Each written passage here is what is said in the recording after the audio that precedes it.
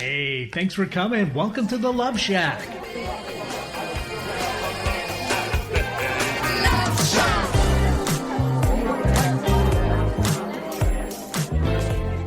Hey, welcome to the Love Shack. It's a little place where we get together, explore fresh perspectives, eavesdrop on juicy conversations, and uncover the mysteries that nobody talks about but absolutely influences our relationships. If you are struggling with your special someone, this show is dedicated to you. In today's episode 62, we are going to be answering one of the most common questions that parents have. How can we talk to our kids about sex and their bodies? Yep. And we're Tom and Stacey Bartlett, hosts of Love Shack Live. We have a special guest and author, Mandi Nuttall, in the Love Shack with us today. Together, we want to answer a question that all parents ask themselves at some point.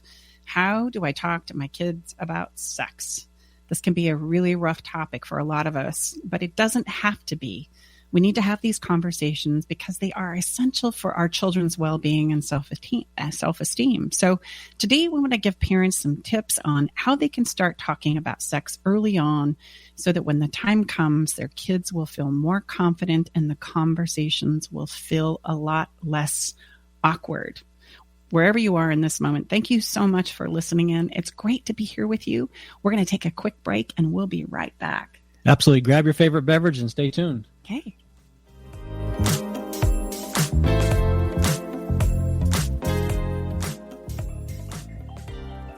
I met Stacey and Tom about 2 years ago. I was at a point in my relationship where I was ready to file for divorce. Not that I wanted to, but I just felt hopeless and helpless. I'd been through other counseling and coaching and didn't find any success.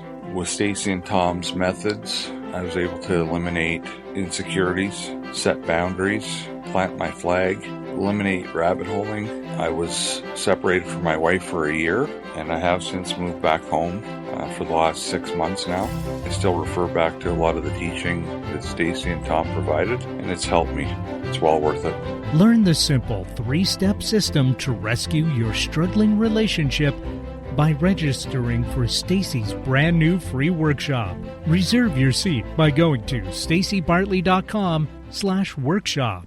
Hi, I'm Nathan Mumm, host of Tech Time Radio with Nathan Mumm on KKNW. Tech Time Radio's live show is Saturday from 4 to 6 p.m., and you can always check us on the web at techtimeradio.com. Our segmented stylized radio gives you the breaking news before it hits mainstream media. Join myself and Mike Raday as we'll make you laugh. That's good. So, Hooked on Phonics worked for you, didn't it? It did, just a little bit. And learning something new in technology. Join us Saturdays 4 to 6 p.m. and Thursdays from 6 to 7 a.m. The technology show for the everyday common person. Are you ready to venture off the beaten path, expand your mind, raise your consciousness, and open your heart? Allow me to entice you with interviews with amazing souls from around the world. Indulge in history, mystery, science, and spirituality. There's weekly skin tips, live esoteric readings, and answers to life's burning questions. So come join me, Sakura, your host, intuitive medium and spiritual hypnotherapist, each Wednesday at 2 to 3 p.m. right here on KKNW for Love from the Hip. Make us part of your daily routine. Alternative Talk 1150. Welcome back inside the Love Shack. We are your hosts, Tom and Stacey Bartley. Today we're going to share how to empower yourself as a parent when it comes to having conversations about our bodies and sex with our children. Having this information will give you the confidence you need because you will finally have practical advice on how to approach these crucial issues without all the fear and anxiety oftentimes that comes up with these types of things. As parents, we desire our children to grow up healthy, happy, and enjoy their relationships. And we also feel compelled to teach them about how to protect themselves and the pitfalls of exploring their bodies. I think that we can all agree sex can have lasting consequences on the lives of our children, especially when we feel ill-prepared. These types of conversations can be awkward and even scary at times as parents, and yet overcoming our resistance and having these conversations will allow our children to grow up comfortable in their bodies and more able to navigate romantic relationships in their futures. And avoiding the conversations because they feel awkward or uncomfortable is not the answer. We like to say, hoping and praying, is not necessarily a great strategy. So it's time to talk about it. Yeah, Mandi Nuttall is here. She's inside the Love Shack, and she's here to explore with us this conversation. She's a former health teacher and mother of 5 children herself.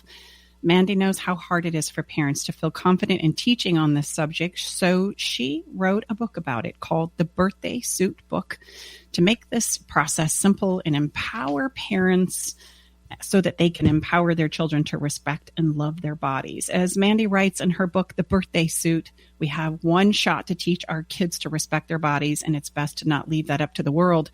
As parents, it's our job and our divine responsibility. Mandi, it's such a pleasure to have you inside the Love Shack with us today. Welcome to the show. Thank you. I'm excited to be here. We want to jump in and hear a little bit about your experience and why it was you felt inspired to write this book to help parents have this conversation with their kids. Could you give us a little background story? Absolutely. So as a high school health teacher, whenever I told people I did that, they were like, what? Why would you want to do that? I loved teaching those kids. And the reason why is I think it was the best subject because everything we talked about was relevant to them. Everything that the sex ed unit was by far my favorite to teach because it was just like all eyes and so many of them learned so much. Mm-hmm. I was absolutely shocked by how much these kids didn't know. They were 14, 15, 16 years old and they just didn't know. And I'm like, it was a while ago. It wasn't that long ago that I taught, but why weren't these kids learning these things before they were 14 and 15 and 16? So my last day teaching, it was right after I had my son, my first baby, and I held up my baby in front of the class like a Simba moment. I'm like, you guys, this kid, I'm going to teach my kids. They're going to know about their bodies. So when they're in this situation, they're going to already know, and they're going to be able to just expound on their knowledge at that point. So I've always been so excited to teach my children. And now as a mother of 5, I don't know how that happened. I got crazy there.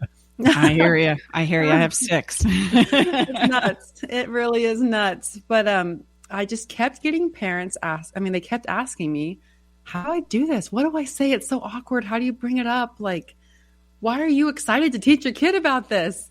Yeah. And, when somebody asks you the same question 3, 4, 5 times, write a book about it because it's relevant. It works. So I finally got the drive to do it. And it's an incredible book. Oh, that's incredible. And especially someone such as yourself who's had experience teaching, kids of that same age. I have a personal relevant story where at the age of 17, I was a teenage pregnant mom. And so I ended up having my first child at the age of 17 with my high school sweetheart. And the thing that I want to shed on the conversation personally is it wasn't because I didn't have a mom that didn't teach me about my body. She did. She did a great job about that. What she failed to do was teach me how to have safe sex and the literacy. So of having that conversation, the permission and the openness to actually approach that conversation was what prevented me from turning to her for that literacy, right, on how this whole sex ed thing works. And what I did was I turned to my best friend who seemed to be pretty knowledgeable on it. And her advice to me at the time to not get pregnant, as I shared with her, I was having sex with my boyfriend, intercourse with my boyfriend, was to just douche afterwards and then you'll be fine. And what's ironic about it and hilarious now looking back is we both ended up pregnant the same year. Stay with us. We'll be right back. Navigating the silent, complex moments of separation or your partner's need for space can feel like walking through a maze without a map. If this sounds familiar, know that you are not alone. This journey, filled with uncertainties and introspection, requires a gentle, understanding guide. Hey, I'm Brooke from Love Shack Live. We see you, and more importantly, we get it. That's why we created the Separation Support Bundle. A collection of resources designed to not just guide you through separation, but to offer comfort and clarity during these times. Our separation guide offers insights and support to help make sense of your emotions and the process of separation. And for those moments when words escape you, our guide on 10 texts to send when navigating space provides thoughtful prompts to help communicate with compassion, plus a soothing separation meditation to help ease the overwhelming moments. Because sometimes all we need is a starting point or a way to start feeling okay again. Remember, you don't have to journey through these complexities of separation alone. Our separation support bundle is here to accompany you, guiding you towards healing, understanding, and most importantly, the renewed sense of self. Visit stacybartley.com/bundle today to access your free separation support bundle. At Love Shack Live, we're all about exploring the real stuff that relationships bring, the good and the challenging. So let's tackle this together, because even in the hardest times, there's hope, growth, and yes, even love to be found. Oh, wow. Well, that doesn't work, obviously. So obviously that was not the best advice. And I think this is where sometimes not only teaching our bodies, yes, that's so important, but also teaching about sex and the pros and cons of that, and helping teenagers make those common decisions are some of the conversations that I want to empower our parents with today. And so we've been so excited for this, obviously for a very personal reason, right? This is such an important conversation that I'm impassioned about in the work that I do. I volunteer quite a bit at one of the high schools here, right? I don't teach health ed, but I go in and I talk about relationships, those types of things, because I feel like helping kids make those decisions is really important, and what the pros and cons are so they can make a good decision. Yeah. And I'm so with you on, gosh, the best place for that to happen is right in the home, right? As we kick those doors open. So I mean, it's sad that you didn't have that. I mean, your mom did a great job, you said, but did it end there? Like, if you didn't feel comfortable talking to her about that, there's a gap. There's a gap there that, I mean, the only way that parents and kids can have that relationship is if it's frequently done, like very often. Like, you're constantly talking about these things, not talking about necessarily sex, but talking about their body in a way that they can come to you and feel comfortable talking about everyday random things. So when the things are important, like, should I have sex with my boyfriend, that relationship is established, and then it's not awkward to say things like that. Mm-hmm. Absolutely. And I can just personally share, and, as we have this dialogue, please, feel free to ask me questions, right, about how we ended there. But I can tell you with my mom, I didn't want her to feel bad about what it was I was doing. And I knew she wouldn't approve.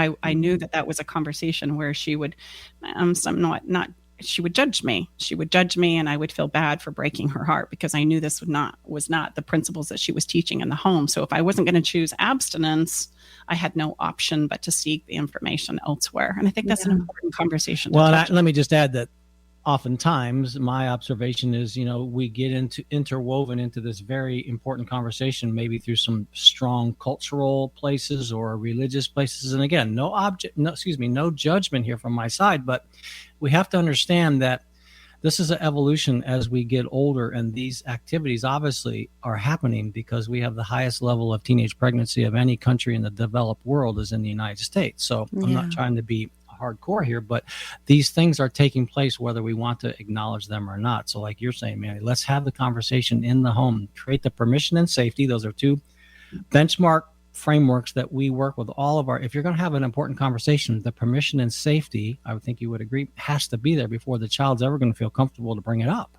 Yeah. You can't teach values and principles and things unless you are, take the shame away. Yes. And allow that conversation to be a safe place to happen. Because if you don't talk to you about it, where are they going to go? They're going to go learn that lovely bit of information from their friend, which obviously was not accurate. But we got to get rid of the shame. And if someone makes a choice different than what your principles are, there still has got to have no shame. You still got to love them, listen, and go from there, and not wish that they were who you thought they were going to be or who you hoped they would be. But, love them from right where they are and then move forward. I love that. So let's start the conversation. How can learning about the bodies strengthen a parent-child relationship? And how do we start that? Perhaps I'm a parent that's listening right now, like, I have no idea how to start this conversation. So I'll let you pick it up from there. Okay. Well, obviously, people who are listening have kids at all various ages. I'm going to talk about maybe an ideal approach. It's starting very, very young.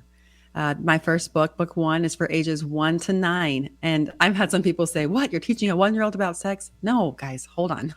The first lesson is to prep the parents. You're going to be a teacher, okay? No matter if you want to be a teacher or not, you're going to be a teacher. And teachers, if you think about the best teacher you've ever had, they didn't just like, poof, I'm a good teacher. They studied, they learned, they practiced. This is what lesson 1 is about, helping parents get ready to be a good teacher, to learn the material yourself if you don't already know the material. Many parents I found don't teach because they don't know. They really don't understand it themselves. So in an ideal world is we start very, very young with the basics. So when we do eventually talk about sex, which in the book, the goal is age 9 is when you teach about the mechanics of sex. Before then, before they even talk about that at age 9, there is a wealth of information given. Think about this is something that really people can relate to, math. If the goal is to learn algebra, you don't teach someone from the very beginning algebra. That's not how it works. I mean, they're going to be like, great, X, Y, who knows? I don't care. I don't respect that. But if you start with number recognition, number properties, addition, subtraction, multiplication, division, and build up the foundation, when you do teach algebra, they're going to get it. It's going to make sense. It's not going to go over their head until years later and they kind of try to remember and it doesn't make sense. So with each lesson, the goal is that before they even learn about sex, they learned about DNA, anatomy, fertilization, fetal development, pregnancy, delivery. They know all of that, 6, 7, and 8-year-olds before they even learn about sex. So when you have that conversation, you have this incredible bond that you've already established with your child, your young child.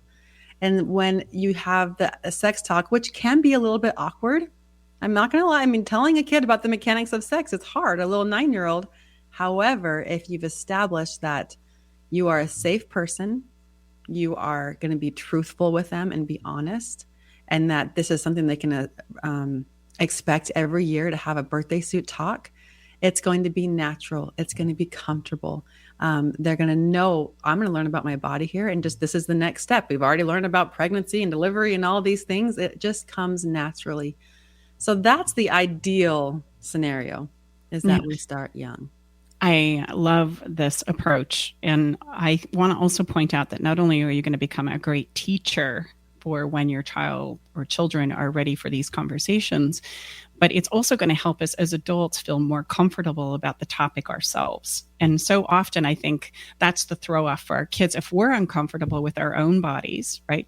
These books also can help us become comfortable with our own bodies as adults. It's not necessarily just for children. And I really want to emphasize that. So if by chance in your adult life as a parent, you're struggling with your own body in relationship to sex, which is so common, because where did we learn this before Mandi came along and we had the birthday suits? We didn't. So many times, as she's already highlighted, these conversations do not happen. And so we grow into adults, of course, by no fault of anybody, doing the very best we know how. And we don't know how to have conversations about sex in our bodies. And most of us, not most of us, but a lot of us, many of us feel very uncomfortable with our bodies. And so then, of course, when I fast forward and have to step into being the teacher, of course it's awkward because I'm awkward. I have this image, right? I think we can all relate to, whether you're on the parent side or you remember it as being a child growing up, walking into your parents' bedroom and they're actually having sex. And it's not the fact that they're having sex that captures your attention. It's the reaction to you walking in the room that captures your attention. And as a kid, you go, hey, whoa, wait a minute. What's weird about this? Something's weird. Yeah, Something's exactly. weird, right? And if we were to approach that same thing as though that was normal and natural, the kid probably wouldn't even notice. Yeah, exactly. Can I put you guys on the spot for a minute and ask you a question? Absolutely. Okay. So to reiterate what you just said about how you guys most parents are uncomfortable, I interviewed 126 parents from all over, all different types of parents, many different locations. What percentage would you say, or would you guess, actually felt comfortable talking to their own parents about sex and their body? Oh. I would guess less than 1%. You know, that's probably more accurate. With my research, I had 23%. So only 23% actually felt comfortable going to their parent and asking them a question. But I mean, still, I agree. It was probably less than 1 in the real world. But that's devastating. Mm-hmm. As a parent, this is our job, to teach and educate and empower our children to respect their body. And overall, I asked all those parents, only 21% even felt educated about their body.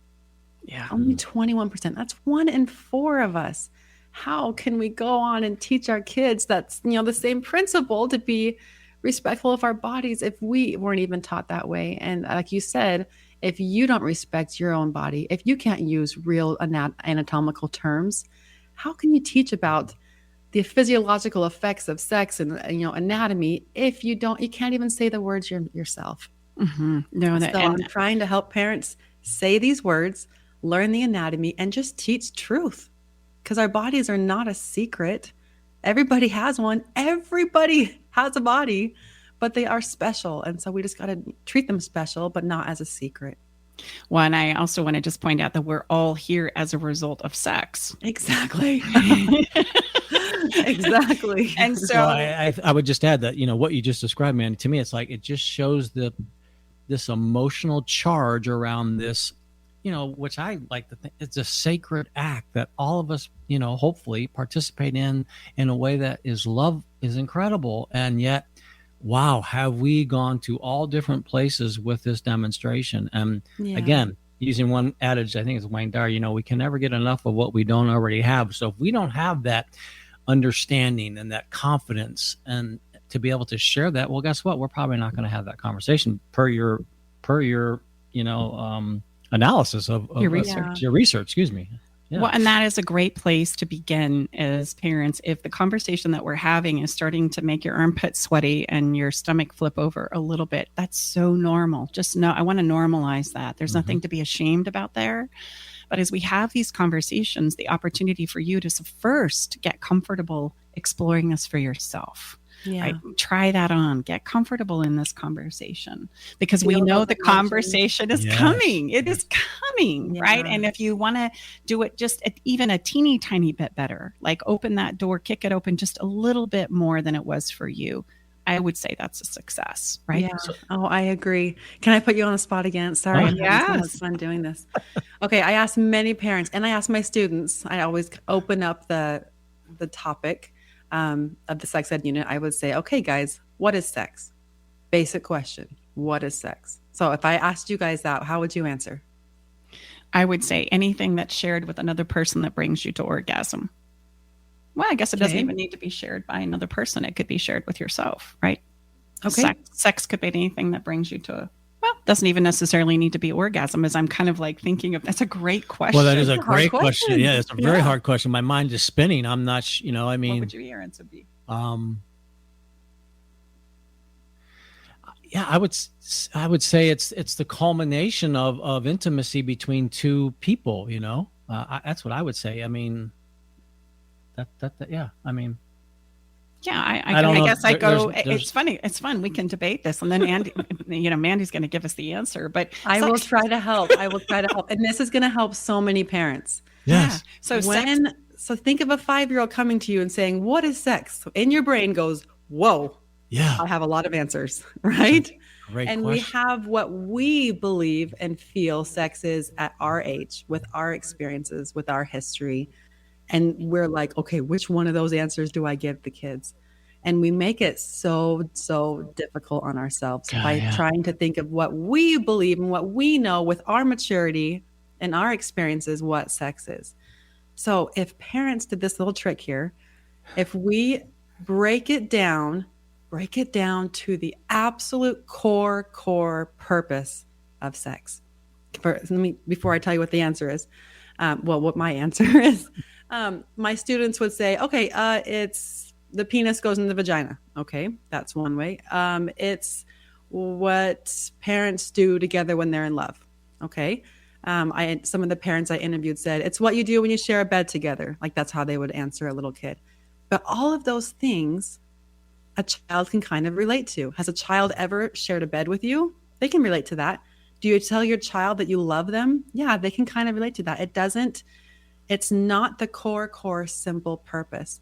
So if we look at sex, as far as teaching what sex is to a child, if you look at it as the most simple, beautiful process, it is the process of creation of life.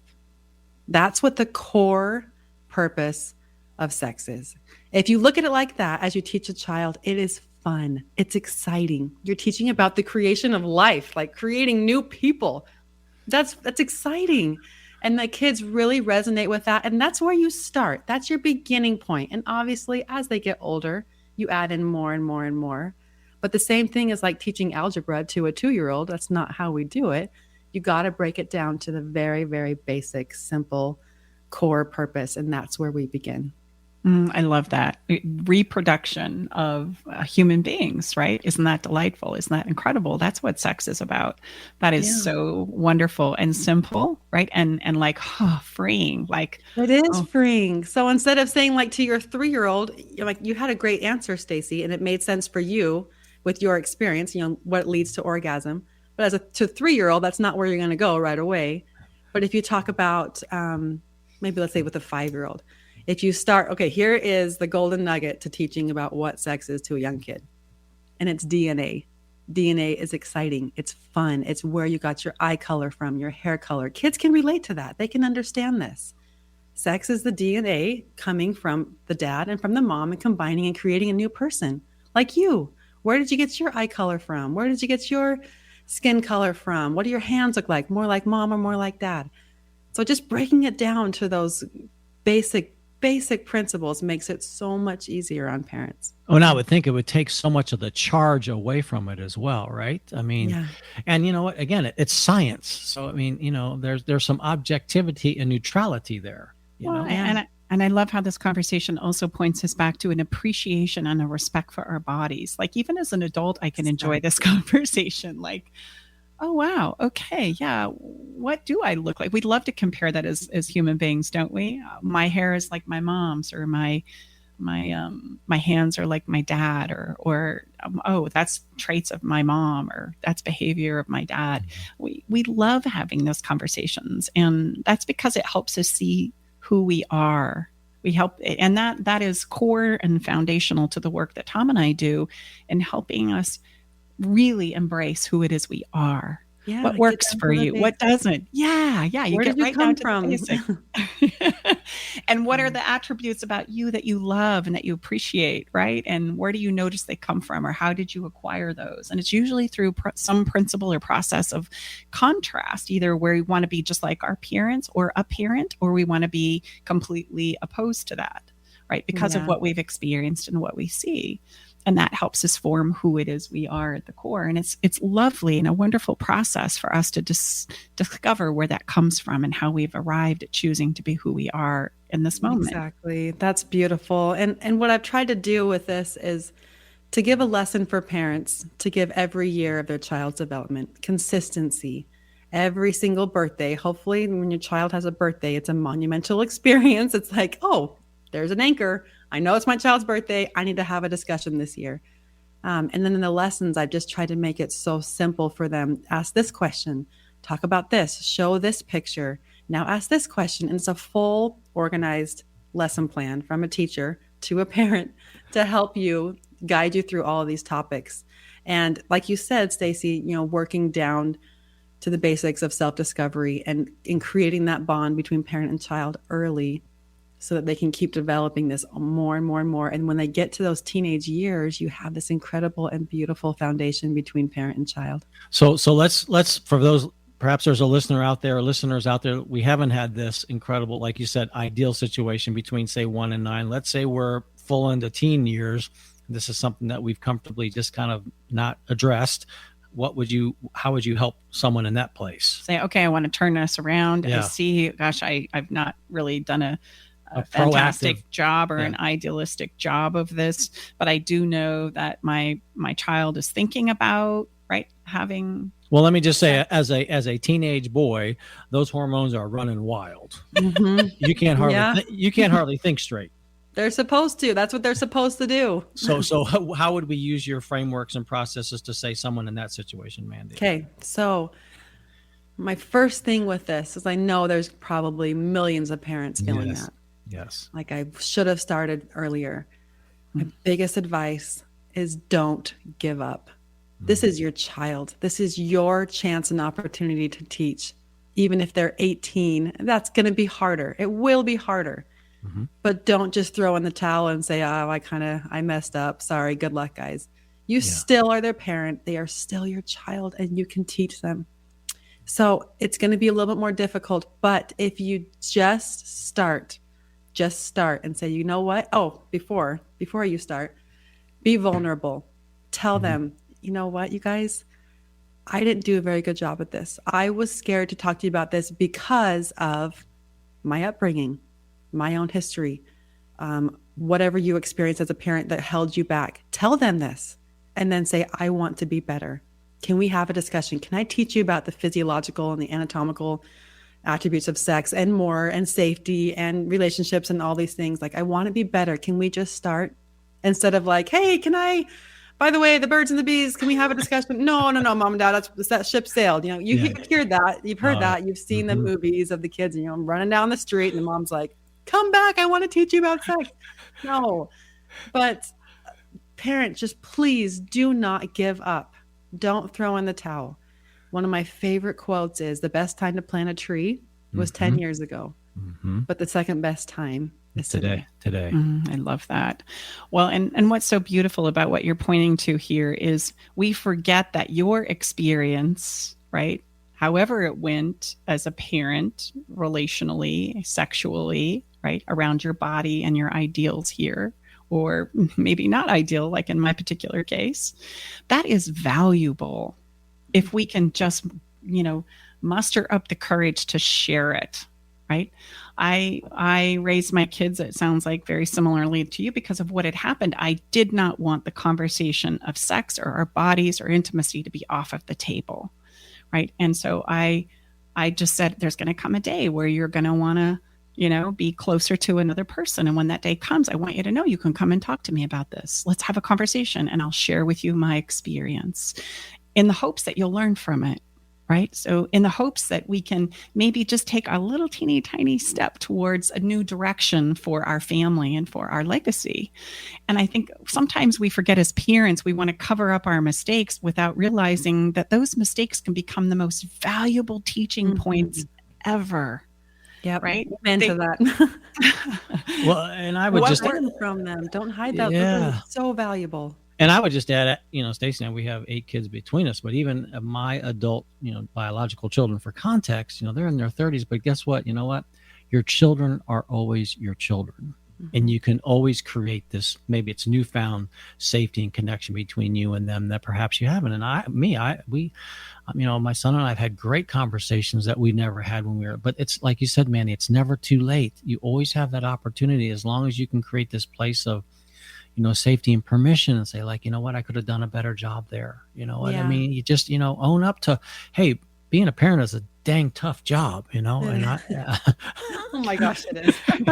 It'll drag you to places that you never dreamed you were going to go, right? And there's a few times where I think all of us, and we'll just be honest about this, where you're going to kind of like, I always envision this like Superman, like flat line, skid down the sidewalk where you come up and you kind of got a little bit of road rash and go, whoa, what just happened? Yeah. Well, I have more advice for parents who are late in the game to get started with this. Please share. When I taught my class, I said I was shocked by how much they didn't know. Right. You may think they may know, but there's so much that they don't.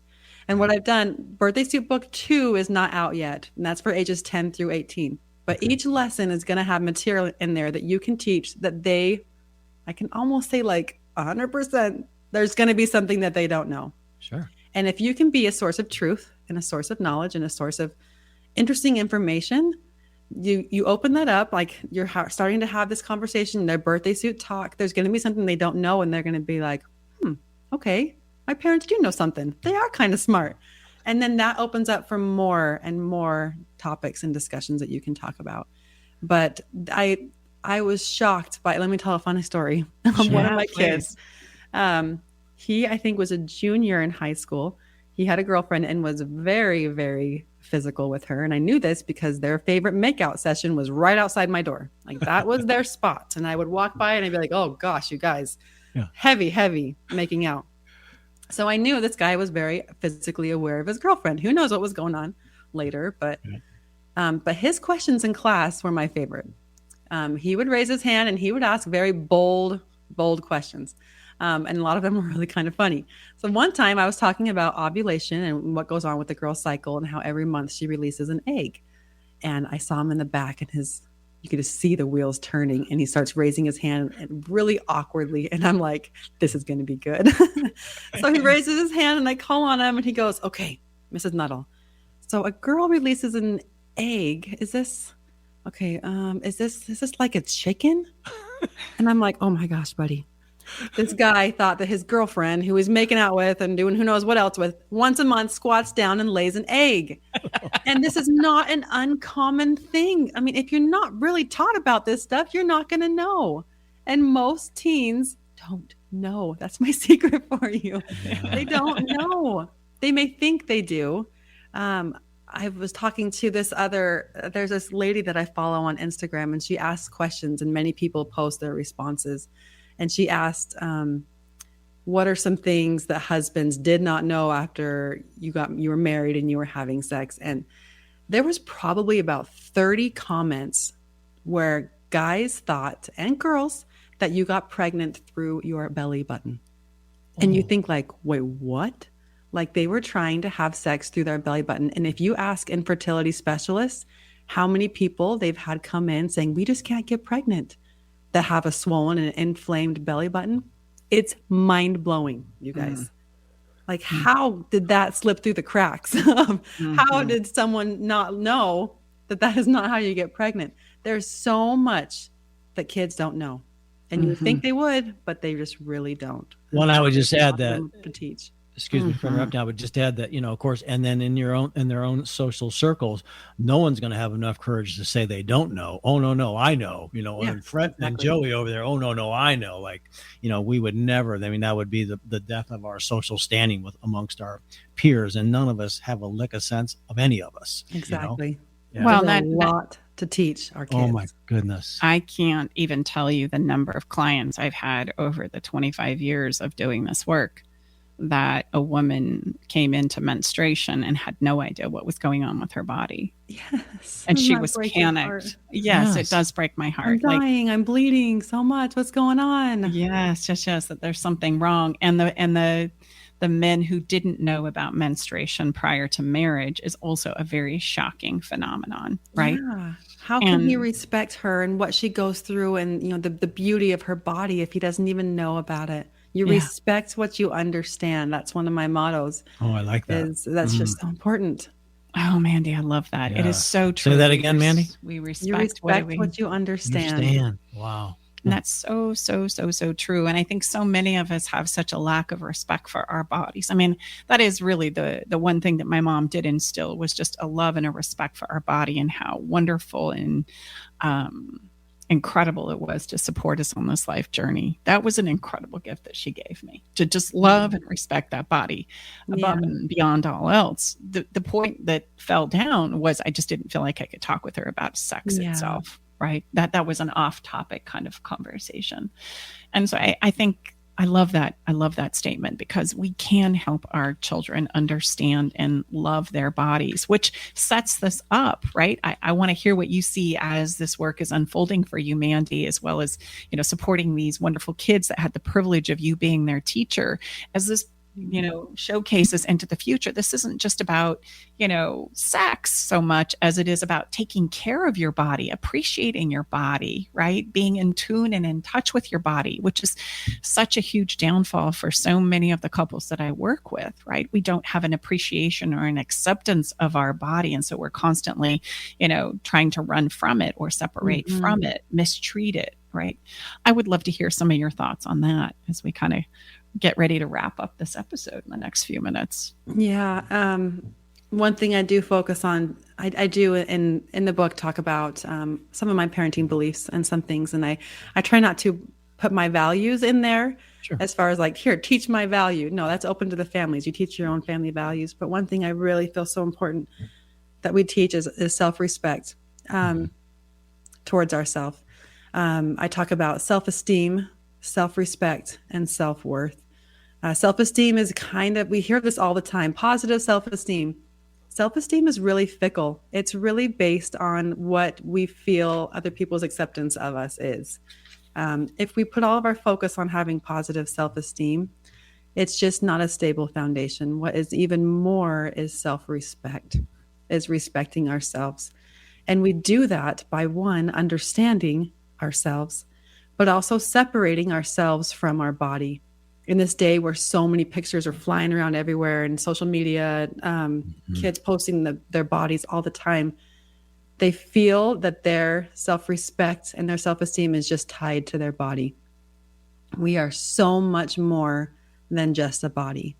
However, if we can understand it and respect our body and believe that we are more than our body, think of the mental health implications, the positive direction that we can go if we have that positive self-respect and we understand our body enough that we're not ignorant about it and just flaunting it around and using it as an ornament instead of an instrument. We have so much that we have to teach our kids. I just can't say this enough. And if you have more than one kid, it is so hard to consistently teach one the same as the next and the next. And then the end ones are just like running around amok doing whatever because you're so exhausted by the time you get to the end. So having a game plan and teaching the same content, having your values written down. These are all things that I'm trying to accomplish with the birthday suit books. And it is, I get emotional when I talk about it because parenting is so hard. It really is hard. And if we can get a little bit of help, take it. Just take it. And like I said before, don't give up on our kids. Don't let your insecurities and past shame or experiences hold you back. If you don't respect your body, why is that? What work can you do to learn to love who you are and to have self-respect for who you are? Then you can teach that to your kids. Well, I would journey is so valuable. Like, oftentimes our kids reflect or mirror the same journey that we are on. Sometimes even escalated in an escalated version. And so I also want to emphasize what you said is your journey, regardless of how it went, is so valuable to share that with your kids. They can learn so much and you can learn so much. And there can be such a bond that is created when you can open up and share your journey with your kids, however it went. Well, I was just going to add that, to me, I was blessed to have an incredible mom. Both of Stacy and our fathers died when we were very young. We both had incredible mothers. But my point there is my mother was a huge demonstration, to me, not so much with words, but like you just said, I love that use our body as an instrument versus an ornament. That's incredible. Meaning my mother had great respect for her physical health and her presence. Again, that's the body, the body is the house that temples the soul, right? So that's what's going to lead us into deeper places in our life. But typically most of us start with the body, because that's the exterior package, if you will. But yeah, I find it interesting, parents that choose to say one thing and not demonstrate it. You correct me if I'm wrong, Mandy, you're the teacher. You're going to lose some credibility with your children if you're not if there's not relevance and consistency between what you say and what you do. Absolutely. Like a mom or a dad that says, "Oh, I'm so fat. I look so ugly today." But you make sure you love your body and you be happy and be okay with your body. Like, how are we treating ourselves? They see that. So Mandy, in these last few minutes that we have together, can I put you on the spot for a moment? Oh boy. Okay. Bring it. How is it? What was the family like that you grew up in? Like, how did you gain such a love and respect for your body, so much so that you wanted to pass this along to all of us? My parents did a great job. They had 6 kids and I was right in the middle. However, I did not feel comfortable going to them. Same as you, Stacy. They taught me a lot of information. My dad was a doctor. He was a dentist. So we had admiration for the body. I was also an athlete, which drove my desire to learn about the body more and the anatomy and physiology. It was fascinating to me. So I loved studying that. I loved the anatomy lab in college. And you can study the body for 10, 20, 30, 40 years. And everything that you study that whole time happens in a split second every day, your entire life. That is mind blowing. Yes. And fascinating. So I loved learning about it. And I guess I just saw it as not an off-topic taboo thing, and I really enjoyed just learning about it because it was fascinating to me. But again, when I just saw what I wanted what I didn't want to be like when I saw those high school kids not wanting to talk to their parents, wanting to come to me, a stranger, a teacher in a classroom, and spend their whole entire lunch coming and telling me their whole story every day. I just knew that I wanted my kids to do that with me. That was my main goal. It's great to have a mentor, but as a parent, you are the parent. You are the ones that can instill your values and your goals and ideals for your children. We just have such an important job as parents. And like I said, it is our job and our divine responsibility. I absolutely agree. And may I suggest that, we embrace this idea of maybe encouraging no sex, right? But also having the conversation about what safe sex is. That those two things can run congruent, because if they are going to choose to have sex, they can come to the parent. Wouldn't you want that? I certainly would. I bet most parents do, but we've got to kick that door open in order to have that conversation available to us. And approaching it from your own personal experience would go such a long way to the initial opener, right? To say, hey, these are some things that I learned along my journey of, exploring my body and having sex. I'd love to share them with you in hopes that they could be valuable tools to help you navigate this inevitable place that you too will have to embark on. Like it's a part of life. As parents, if we could try to get away from don't have sex, it's bad. But if you do, wear a condom. Instead of that, which is so contradictory, like don't do this, but if you do this. Instead, if we could focus on teaching when is sex appropriate. And that's going to vary from family to family, but instead focusing on when is sex appropriate, because it's beautiful. It's wonderful. It's an incredible process that our bodies go through, and something you can share with somebody that's wonderful, and it's not bad, but when is it appropriate? I have so many stories we could share about that. Unfortunately, we're out of time. Mandy, but Eric, please share with Eric, us. will you throw up the graphic of Mandi's beautiful book? Share with us, Mandi, where can people get a copy of this awesome resource? With you. Yeah, it says right there. You can get it on Amazon. I have many resources for parents on my website, thebirthdaysuitbooks.com. I have parents I'm continuing to interview parents and kids, and kids are sharing what they wish their parents did better, what their parents do well, what struggles are they afraid to tell their parents. So I have lots of goodies that I'm trying to give parents to help them make it as easy as possible for them. But the book, for sure, the Birthday Suit Book 1, it will hold your hand, which we need sometimes, especially in this topic. It will hold your hand and help you have a discussion at least once a year with each child and have the same discussion, same material each year. And book 2 will come out as soon as my kids will let me give me a little bit more time, but probably in about 4 months, book 2 will come out for ages 10 through 18. But you can find me on Instagram and Facebook at thebirthdaysuitbooks.com, where I'm just trying to inspire and help parents feel like they can do this, because we can do hard things. I love that. Yes, we can. Absolutely. And thank you, Mandi, so much for your time today and for taking the opportunity to share with us this valuable information that will definitely help our listeners. You betcha. We'll have a happy holiday, and we'll have you back when you have book 2 come out. Yes. That's exciting. Love it. Okay. Thank you guys. You betcha. Bye. We're going to go ahead and take a quick break and kind of let this kind of settle in. And then we'll be back for some Follow the Fun, give you some inspiration to create a little bit of fun and novelty in your life. We'll be right back.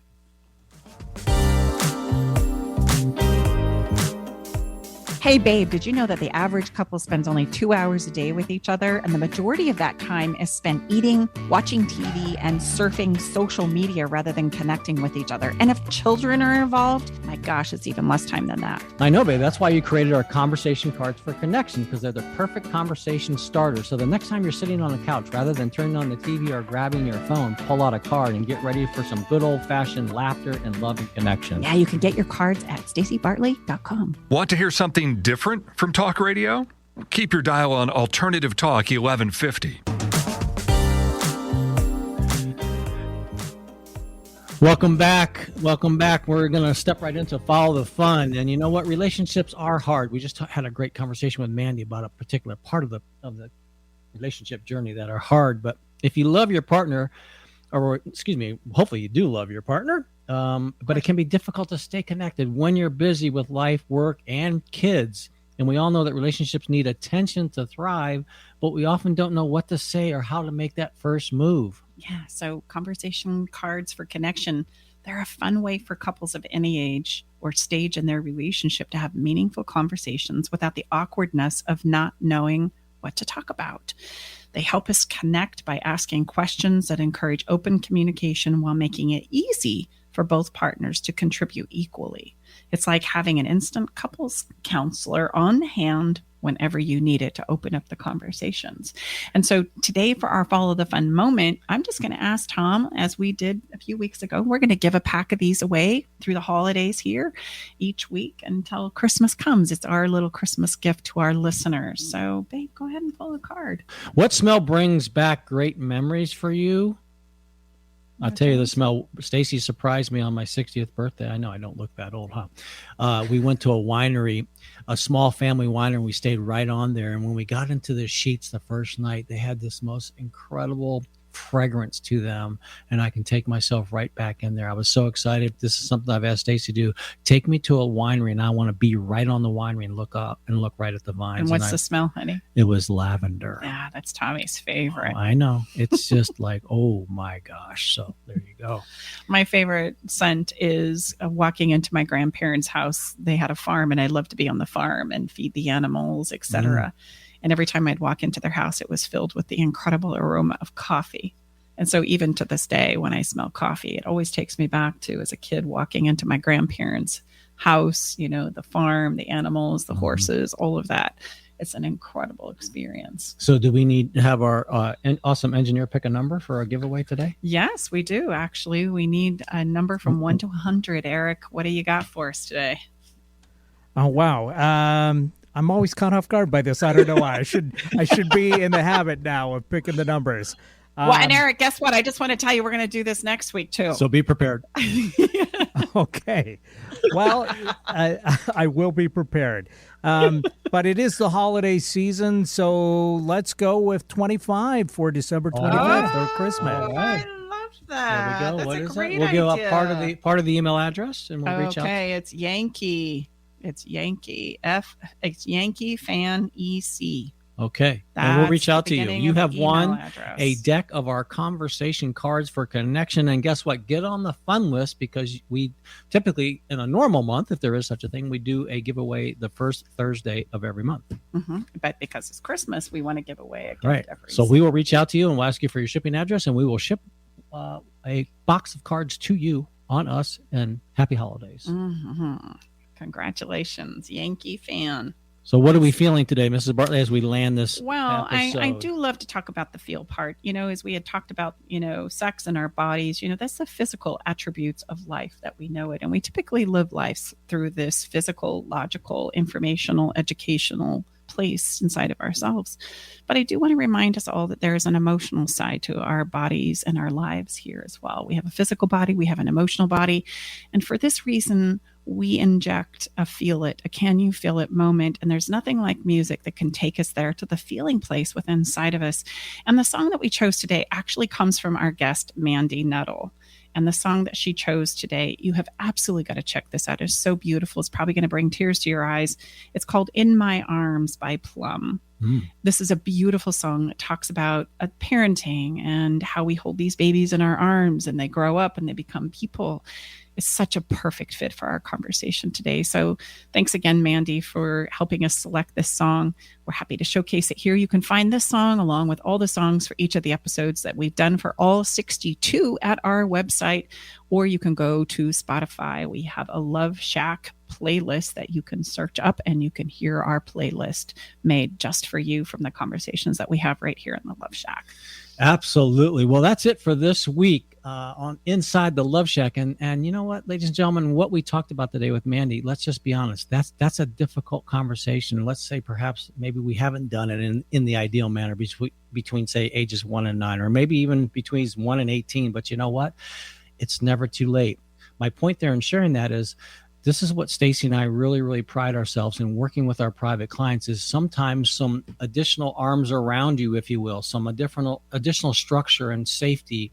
And that's what we do. We help people have all types of conversations, perhaps that they've wanted to have. And we do that locally in our office. And guess what? We are privileged and blessed to work with people all over the world via Zoom. So if you're needing some help, some support in a very objective, neutral manner, we don't take sides. We simply help you take your next best steps. Please reach out to us, because really we're privileged and honored to be of service to people that we work with. Yeah. And if there's something that you have questions about this episode or previous episodes, right, reach out to us. We are here to have the conversations that help and support you the most in life. As Mandi said, living life, the busyness of life, being a parent, creating a relationship with ourselves and heck, each other. Those are all places where we can stumble, and that's okay.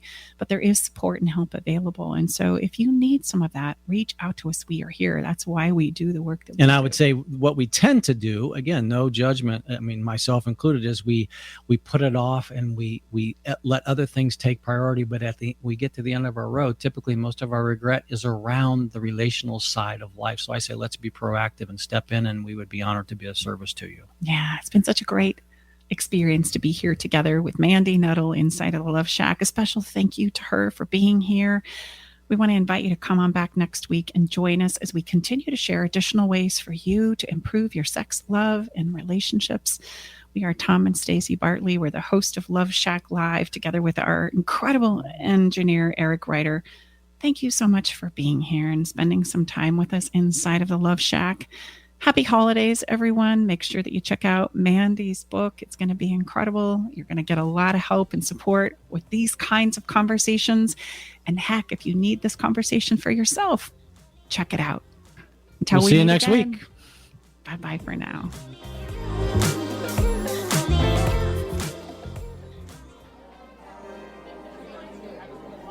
Thanks for joining us today in the Love Shack. We hope you came away with something that made your toes tingle. To learn more about everything you heard on today's show, go to stacybartley.com/podcast. Love the show? Help us spread the love by sharing the show with others. Okay, everybody, time to go. We got to close the doors to the Love Shack for this week. You don't have to go home, but you can't stay here. Come back next week, though, and join us for another edition of Love Shack Live with Tom and Stacy Bartley.